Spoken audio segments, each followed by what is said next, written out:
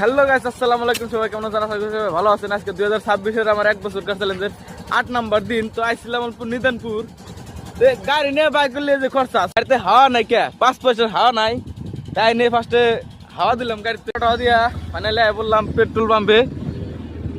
অল্প তেলও ভরাই নেই, তেল ছাড়া তো আর চলবো না। বাইরে করলাম যে 200 টাকার তেল মেরে দাও, দিয়ে দিল। তারপর দেখা গেল বাঁচতে বলে গাড়িটা ধুবো এনে বললে গাড়ি দিতে 200 টাকা নেবো। 200 টাকার বেশি ফেনা বাড়াইছে না।